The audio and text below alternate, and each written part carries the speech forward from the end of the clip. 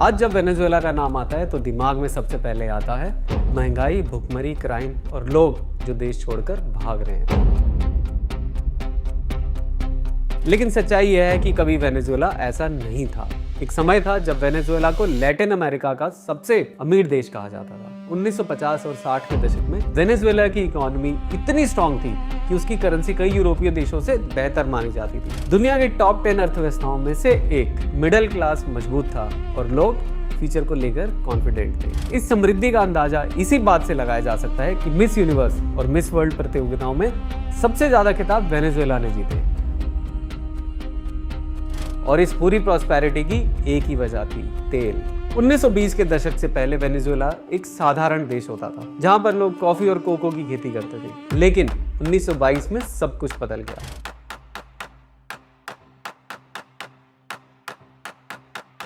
Maracaibo lake के पास मिला काला सोना यानी तेल। और फिर क्या था, अगले कुछ दशकों में वेनेजुएला दुनिया का सबसे बड़ा तेल उत्पादक देश बन गया। 1920-30 के दशक तक अमेरिकन और यूरोपियन ऑयल कंपनीज वेनेजुएला में पूरी तरह जम चुकी थी। लेकिन एक समस्या थी, तेल निकलता तो वेनेजुएला से था लेकिन कंट्रोल बाहर की कंपनियों के हाथ में था। तेल का ज्यादातर मुनाफा इन्हीं के पास जाता था। 1940 के दशक के आखिर में वेनेजुएला के लीडर्स को एक बात समझ आने लगी। उन्हें लगा कि अगर तेल ऐसे ही बिकता रहा तो कीमत हमेशा बायर तय करेगा, प्रोड्यूसर नहीं। और फिर 1950 में वेनेजुएला ने ऑयल प्रोड्यूसिंग देशों को एक साथ लाने का आइडिया पुश करना शुरू कर दिया। यह आइडिया धीरे धीरे मजबूत हुआ और आखिरकार 1960 में Venezuela, Saudi Arabia, Iran, Iraq और कुवैत ने मिलकर एक ओपेक नाम की ऑर्गेनाइजेशन बना दी। ओपेक बनाने का मकसद था अब से तेल की कीमतें सिर्फ अमेरिकन या यूरोपियन कंपनियां नहीं डिसाइड करेंगी, अब ऑयल प्रोड्यूसिंग नेशन तेल की कीमत तय करेंगे। वेनेजुएला इस ग्रुप का फाउंडिंग मेंबर था और उसे इस बात पर बहुत ज्यादा गर्व था। 1976 में वेनेजुएला सरकार ने अपने देश के तेल उद्योग को अपने नियंत्रण में ले लिया और PDVSA नाम की एक सरकारी तेल कंपनी बनाई। इस कंपनी का काम देश के तेल और गैस रिसोर्सेज को संभालना और उनसे होने वाली कमाई को मैनेज करना था। धीरे धीरे PDVSA वेनेजुएला की अर्थव्यवस्था की सबसे अहम कंपनी बन गई। शुरुआत में तो सब ठीक चल रहा था, लेकिन इसी दौरान वेनेजुएला की इकोनॉमी एक डेंजरस डायरेक्शन में जा रही थी। देश धीरे धीरे सिर्फ तेल की कमाई पर निर्भर हो रहा था। फैक्ट्रीज, फार्मिंग, लोकल इंडस्ट्रीज सब पीछे छूटता चला जा रहा था। सरकार को लगा कि जब तेल है तो बाकी सबकी क्या जरूरत है। लेकिन 1990 के दशक के आखिरी तक आते आते जनता में गुस्सा बढ़ने लगा। इसी माहौल में 1998 में सत्ता में उभरा एक नया नेता, एक मिलिट्री ऑफिसर जो गरीबों का मसीहा बनकर आया, हुगो चावेज।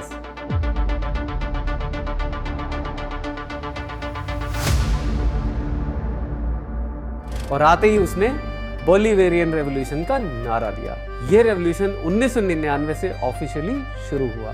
इसका मकसद था तेल की कमाई सीधे आम लोगों तक पहुंचाना, गरीबों के लिए हेल्थ, एजुकेशन और फूड सिक्योरिटी देना, और सबसे जरूरी अमेरिका की डिपेंडेंसी से बाहर निकलना। शुरुआत में गरीबी तो कम हुई, लोग खुश भी बहुत थे, पर धीरे धीरे चावेज ने ऑयल सेक्टर में सरकार का कंट्रोल बढ़ाना शुरू कर दिया और नेशनल ऑयल कंपनी PDVSA को पूरी तरह से स्ट्रेट ड्रिवन बना दिया गया। चावेज ने अमेरिका को खुली चुनौती दी। यूएन में जॉर्ज बुश को शैतान तक कहा।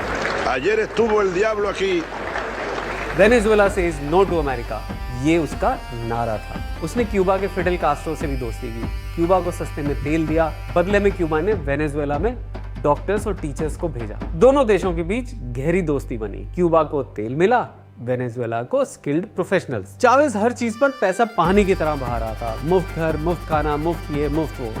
लेकिन ये पैसा आ कहां से रहा था? तेल से, सिर्फ तेल से।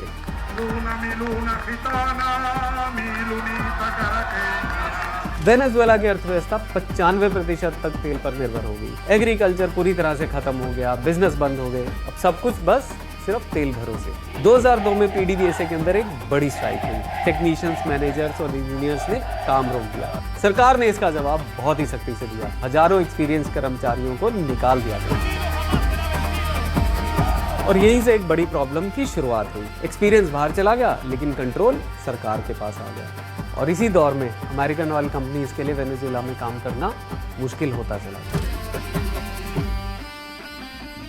गवर्नमेंट इंटरवेंशन बढ़ता गया, एसेट्स को कंट्रोल किया गया और रूल्स अपनी मर्जी के हिसाब से बदलते रहे। 2000 के शुरुआती सालों में ही कई यूएस ऑयल कंपनीज ने वेनेजुएला से धीरे धीरे अपना बिजनेस समेटना शुरू कर दिया और 2005 से अमेरिका ने वेनेजुएला पर अलग अलग तरह के सैंक्शंस भी लगाने शुरू कर दिए, जो बाद में सीधे सीधे तेल सेक्टर पर फोकस हो गए। अमेरिका से दूरी बढ़ी तो चावेज ने नया रास्ता चुना, चाइना।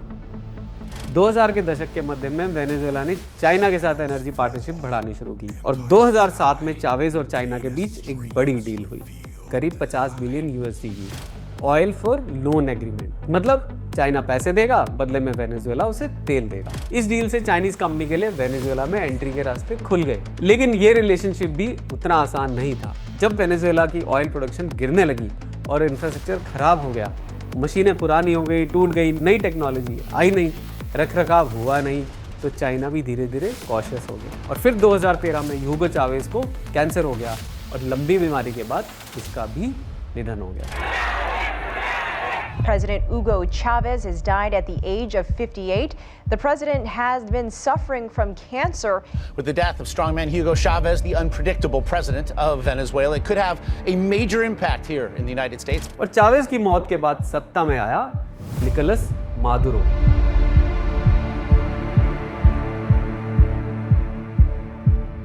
मादुरो की शुरुआत एक बस ड्राइवर की तरह हुई थी और चावेज का करीबी सहयोगी होने की वजह से उसे विदेश मंत्री भी बनाया गया था। फिर धीरे धीरे वो उपराष्ट्रपति भी बना और मरते समय चावेज ने कहा, मादुरो को मेरा उत्तराधिकारी बना दो। और फिर 2014 में आई असली मुसीबत, दुनिया भर में तेल की कीमतें गिर गईं। This is what a crash looks like. An oil market collapse. With the cost of a barrel sliding by almost half this year. Strong start for the stock market this week as economists predicted oil prices will continue to drop. $100 प्रति barrel से बिकने वाला तेल $30-40 प्रति barrel तक चला गया। Venezuela के लिए बहुत बड़ी तबाही थी। अर्थव्यवस्था 95% तेल पर निर्भर थी और अब तेल की कीमत आधी से भी कम। मादुरो के टाइम में इकोनॉमी और ज्यादा बिगड़ती चलेगी। मादुरो के पास ना तो चावेज जैसा करिश्मा था और ना ही उसके जैसी आर्थिक समझ। गवर्नमेंट ने प्रोडक्शन बढ़ाने के बजाय नोट छापने का रास्ता चुना। Result record level hyper inflation. Bolivar Venezuela की करेंसी कागज के टुकड़े से भी बेकार हो गई। खाने की कमी होने लगी, दवाइयां नहीं मिल रही थी, 70 लाख से ज्यादा लोग देश छोड़कर भाग गए और सबसे डरावनी बात, हर आधे घंटे में एक हत्या। वेनेजुएला दुनिया का सबसे खतरनाक देश बन गया।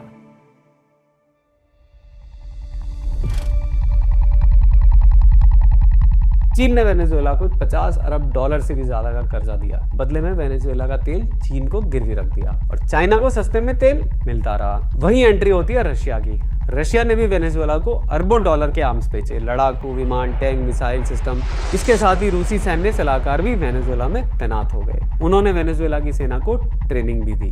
इसके अलावा रशियन ऑयल कंपनी रोजनेट ने वेनेजुएला में भारी निवेश करना शुरू कर दिया। लेकिन सबसे इंटरेस्टिंग टर्न, इस टाइम सऊदी अरेबिया का क्या रोल था? वैसे जहां तेल की बात और सऊदी अरेबिया की बात ना है, ऐसा हो ही नहीं सकता। सऊदी अरेबिया भी ओपेक का सदस्य है, वेनेजुएला भी, लेकिन दोनों के हित अलग अलग थे। वेनेजुएला चाहता था कि तेल की कीमतें बढ़े क्योंकि उसकी अर्थव्यवस्था कोलैप्स हो रही थी और सऊदी अरेबिया और अमेरिका के बीच डीप स्ट्रेटेजिक पार्टनरशिप थी। प्रत्यक्ष तौर पर कोई सबूत तो नहीं है, लेकिन कुछ इंटरेस्टिंग बात है। सऊदी अरब और अमेरिका नहीं चाहते थे कि वेनेजुएला तेल बेचे क्योंकि पेट्रो डॉलर सिस्टम को बचा के रखना था। इसलिए 2017 से 19 में जब अमेरिका ने वेनेजुएला पर सबसे कड़े प्रतिबंध लगाए, उसी समय सऊदी अरेबिया ने अपना तेल उत्पादन बढ़ा दिया। जो मार्केट शेयर वेनेजुएला लूज कर रहा था, वो सऊदी अरेबिया कैप्चर कर रहा था। 2019 में अमेरिका ने वेनेजुएला पर और भी कड़े सैंक्शंस लगाए। अमेरिका ने पीडीवीएसए पर ही प्रतिबंध लगा दिया। मतलब वेनेजुएला का तेल अब अमेरिकी बाजार में बिल्कुल नहीं बिक सकता। We really haven't done the really tough sanctions yet. We can do the tough sanctions and all options are open, so we may be doing that. But we haven't done the toughest of sanctions, as you know. We've done, I would say, right down the middle. Hoy Venezuela es sometida a un conjunto de mecanismos de sanción económica ilegales, unilaterales. और इसी वजह से कई बड़ी Chinese oil companies ने भी officially Venezuela से तेल उठाना बंद कर दिया क्योंकि रिस्क बहुत बढ़ गया था। हालांकि ऐसी खबरें हैं कि 2020 से 25 के बीच चाइना ने सैंक्शंस के बावजूद भी इनडायरेक्ट तरीके से वेनेजुएला से तेल खरीदना जारी रखा, कभी ट्रेडर्स के जरिए, कभी ऑयल को बिटुमेन बताकर। और 2019 में अमेरिका ने एक और बड़ा दाव चला, regime change. asumir formalmente las competencias. जुआन गुडियो नेशनल असेंबली के प्रेसिडेंट ने खुद को वेनेजुएला का इंटरिम प्रेसिडेंट डिक्लेयर कर दिया, लेकिन ग्वाइडो कभी सत्ता हासिल ही नहीं कर पाया। मादुरो के पास सेना का समर्थन था, रूस चीन का समर्थन था, क्यूबा का भी समर्थन था और कई बार वेनेजुएला में रिजीम चेंज की कोशिश भी हुई, लेकिन सब नाकाम रही। सैंक्शंस मादुरो को कमजोर जरूर कर रहे थे, लेकिन हटा नहीं पा रहे थे, वो सत्ता में बना रहा। अमेरिकन सैंक्शंस की वजह से मादुरो ने एक अलग रास्ता अपनाया, ड्रग्स स्मगलिंग का।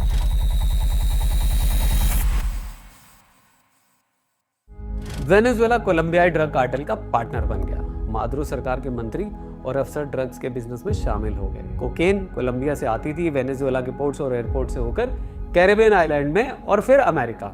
मार्च 2020 में अमेरिका ने मादुरो के खिलाफ एक बहुत बड़ा कदम उठाया। अमेरिका ने मादुरो पर नार्को टेररिज्म के आरोप लगाए। The Department of Justice is announcing the unsealing of a superseding indictment filed in the Southern District of New York against 4 defendants, including Nicolas Maduro, for their involvement in narco-terrorism. उसकी गिरफ्तारी के लिए $15 million का इनाम भी announce कर दिया और इंटरनेशनल वारंट्स भी जारी किए गए। अप्रैल 2020 में एनहांस्ड काउंटर नार्कोटिक्स ऑपरेशन की घोषणा हुई। Cartels have to be defeated, both for the people of this country and for the people of Mexico and Venezuela.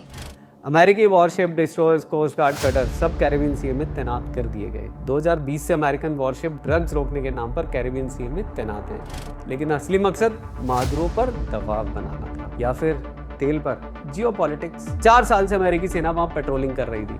हर महीने हर साल अमेरिकी वॉरशिप वहीं थे, वेटिंग, वॉचिंग एंड प्लानिंग। बीच बीच में वेनेजुएला बोट्स को इंटरसेप्ट भी किया जाता रहा और कुछ मामलों में स्ट्राइक्स की खबरें भी सामने आई, जहां अमेरिका ने उन्हें ड्रग ट्रैफिकिंग रूट से जोड़ के जस्टिफाई भी किया। धीरे धीरे कैरेबियन सी में एक और पैटर्न दिखने लगा। वेनेजुएलन बोट्स पर नजर, मूवमेंट्स की ट्रैकिंग और मौके मौके पर इंटरसेप्शन, जिससे नैरेटिव और मजबूत होता गया कि समुद्र में सिर्फ पेट्रोलिंग नहीं, कुछ बड़ा तैयार हो रहा था। और फिर आई 3 जनवरी 2026, वो रात जब अमेरिकन मिलिट्री ने एक रिस्की और कंट्रोवर्शियल ऑपरेशन को अंजाम दिया, ऑपरेशन एब्सोल्यूट रिजॉल्व।